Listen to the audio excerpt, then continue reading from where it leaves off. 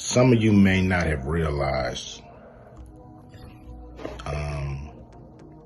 that I'm not part of the club.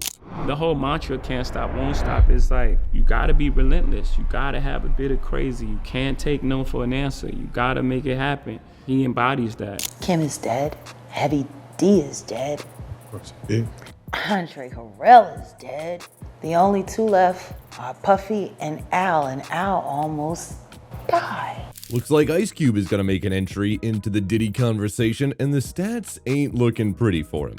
Now, it's common knowledge that Jay Z and Diddy have had this special little brotherly behavior, but Ice claims there is more to their relationship than simple camaraderie.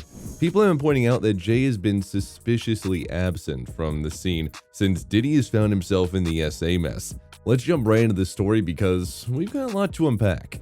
Okay, so we all remember that last year Ice made headlines after he posted a video of himself where he readdressed the Illuminati theory in detail. This idea of a secret society that reigns over the world has been there for years, but it was Ice Cube who admitted its existence in front of the camera. Well, essentially, the clip was a warning to the members of the society to not bother him if they don't want to have their business in the media. What club am I talking about? I'm talking about the club of gatekeepers that we all got to deal with. The rumor has it that Ice hinted about Jay Z and Beyonce's involvement in the club as well. Fans believe that Jay Z immediately was silent about Diddy's legal troubles as bothersome, as Jay has been a big supporter of Diddy. And you might remember, but at one instance, Diddy himself admitted that he and Jay Z supported a bond so strong that only he is allowed to address him as Sean, aside from his mother.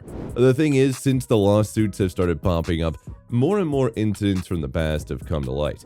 If you have been following the hip-hop news for long, you might remember that there was an incident where Diddy, J-Lo, and Shine were involved in a pub attack. Fans have unveiled a whole Pandora box of things about the incident by digging out the victim's side of the story.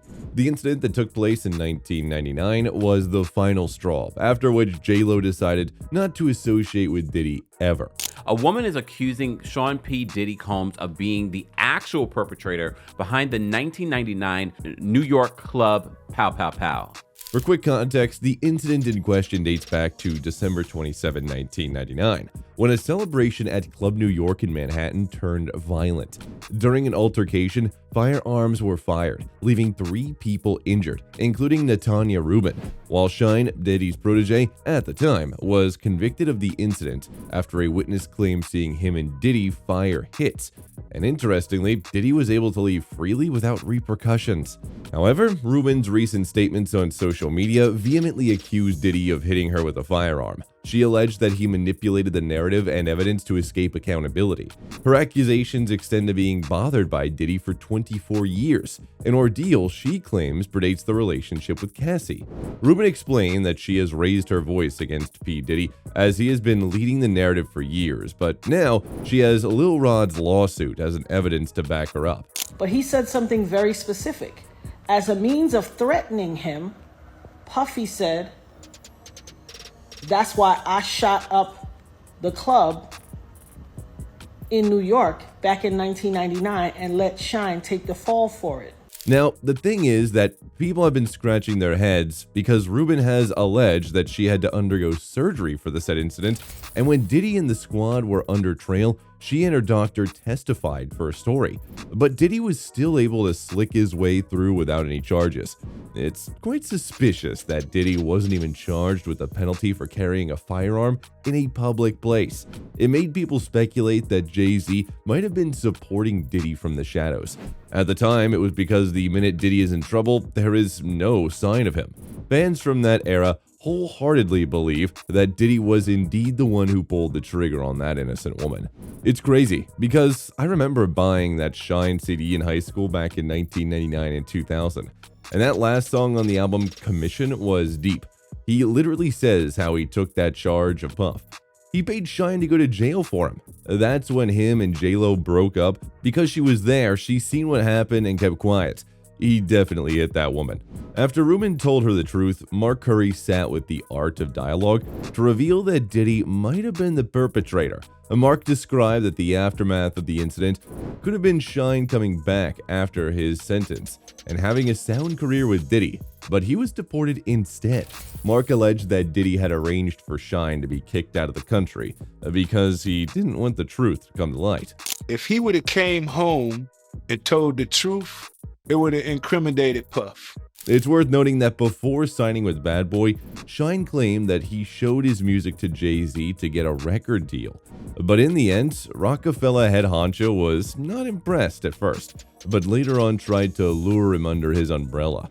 I told him, "I'm the greatest thing you're ever gonna hear. You can fire me on my foot." I was so confident, so I ran back on him when he lived at 550 State Street. He was like, "It's alright." So I was like, "I'll see you at the top." Then he tried to sign me 3 times after that. This tidbit may be mundane to some, but remember that Shine's career started when he was incarcerated, meaning after everything went down. So fans allege that Shine might have felt uneasy with Diddy, that he approached Jay Z under the pretense of getting signed. People believe that since Jay Z and Diddy were in the same boat, Shine would have had to sacrifice his career one way or another. Apart from Mark, Jaguar Wright was also suspicious of the events that took place. You see, Jag has been speaking about Diddy's evil workings for years. During an appearance on Real Life Productions, Jag pointed out that if anyone who had worked on making a label with Diddy is either under 6 feet or incapacitated. It does make you wonder how Diddy, who ruled the music industry for years, was able to slide unscathed, but his partners were all involved in tragic accidents. Kim is dead. Heavy D is dead.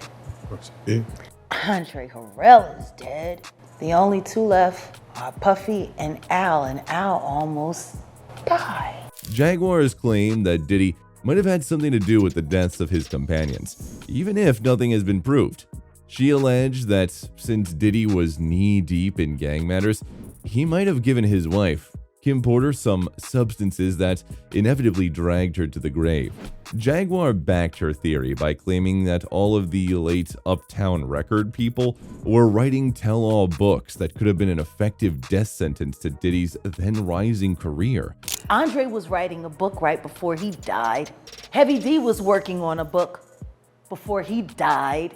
Kim Porter was working on a book before she died. She even alleged that Diddy's moment of reckoning might come with the Keefe D trial, as the trial had the potential to land Diddy behind bars. Although this prediction didn't come true. Just a few months later, Diddy was indeed bothered by the recurrent lawsuits filed against him.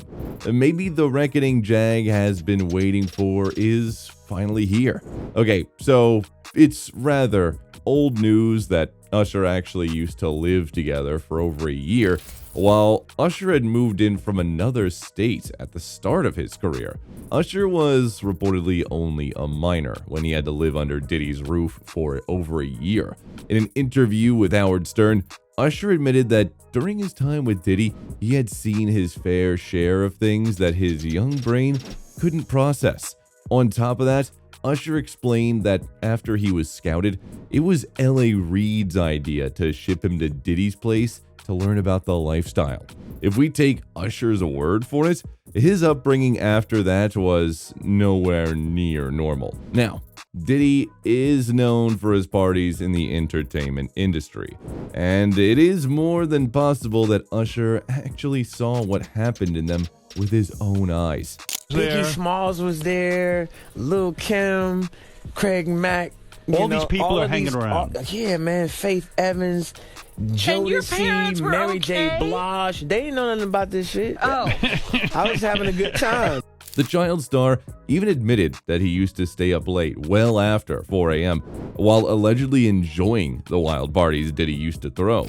However, he did declare that after his experience, he would never let any of his children near Diddy at all. If that's not enough evidence, we don't know what is. That's it for today. See you at the next one. Goodbye.